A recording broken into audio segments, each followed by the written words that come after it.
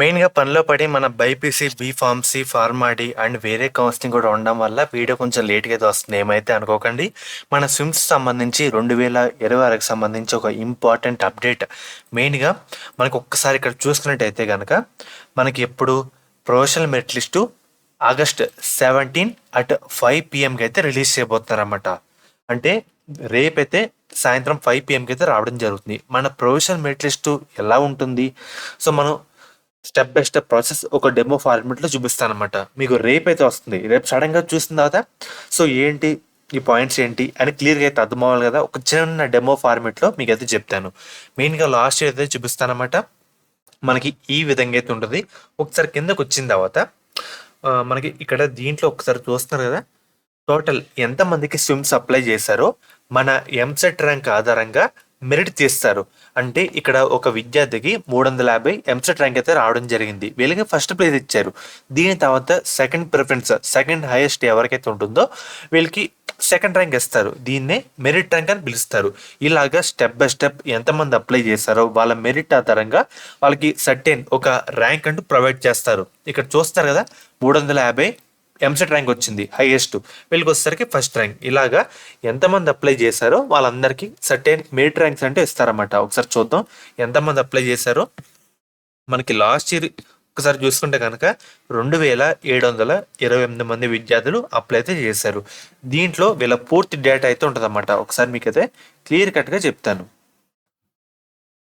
So దీంట్లో మనకి మెయిన్గా చూడాల్సింది మన మెరిట్ ర్యాంకు అండ్ తర్వాత సో మన స్విమ్స్ అప్లికేషన్ నెంబర్, మన పేరు. సో వాళ్ళు ఇచ్చిన దాంట్లో ఏమైనా తప్పుగానంటే మళ్ళీ మనం రీఅప్లోడ్ అయితే చేసుకోవచ్చు. రిమార్క్స్ కింద వాళ్ళకైతే మెయిల్ చేస్తే విత్ సపోర్టింగ్ డాక్యుమెంట్తో వాళ్ళైతే అప్డేట్ చేస్తారు.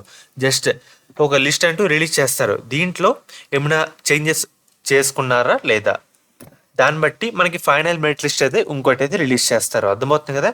దీంట్లో మన EAMCET rank, local area, caste, sub category, so ఇవన్నీ అయితే ఉంటాయి. మన inter board, inter group, remarks దగ్గర స్టడీ సర్టిఫికేట్, రిమార్క్స్ దగ్గర ఏదైతే ఉంటుందో అది మళ్ళీ రీఅప్లోడ్ అయితే చేయాల్సి అయితే ఉంటుంది అన్నమాట.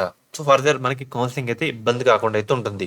సో మనకి ఈ విధంగా ప్రతి ఒక్కరి డేటా, ఎంతమంది అప్లై చేశారో, మనకి కాంపిటీషన్ ఎలా ఉంది, మన వివరాలు మొత్తం అయితే ఉంటాయి.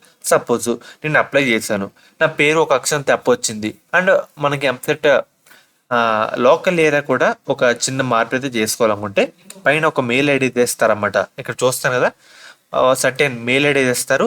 వాళ్ళ చెప్పిన డేట్ అండ్ చెప్పిన టైం లోపు అబ్జెక్షన్ అయితే పెట్టుకోవాలి. మీ అప్లికేషన్ నెంబర్ ఇవన్నీ ఇస్తే వాళ్ళైతే మార్చి మనకైతే ఫైనల్ మెరిట్ లిస్ట్లో రీ అప్డేట్ చేసి మనకైతే రిలీజ్ అయితే చేయడం జరుగుతుంది. అర్థమవుతుంది కదా. ఈ విధంగా అయితే ఉంటుంది అన్నమాట.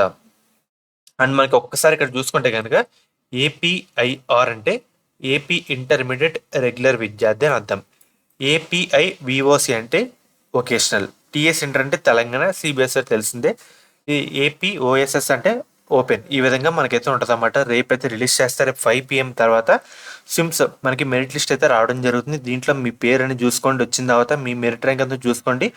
దాంట్లో ఏమైనా తప్పులు ఉంటే కనుక వాళ్ళు ఒక మెయిల్ ఐడి తెస్తారు. చెప్పిన డేట్, చెప్పిన టైంలో మళ్ళీ అప్డేట్ అయితే చేసుకోండి, సరిపోతుంది. వాళ్ళు ఫైనల్ మెరిట్ లిస్ట్లో సో కరెక్ట్ ఇన్ఫర్మేషన్ తిరిగి అప్డేట్ చేసి వాళ్ళైతే ఇవ్వడం జరుగుతుంది.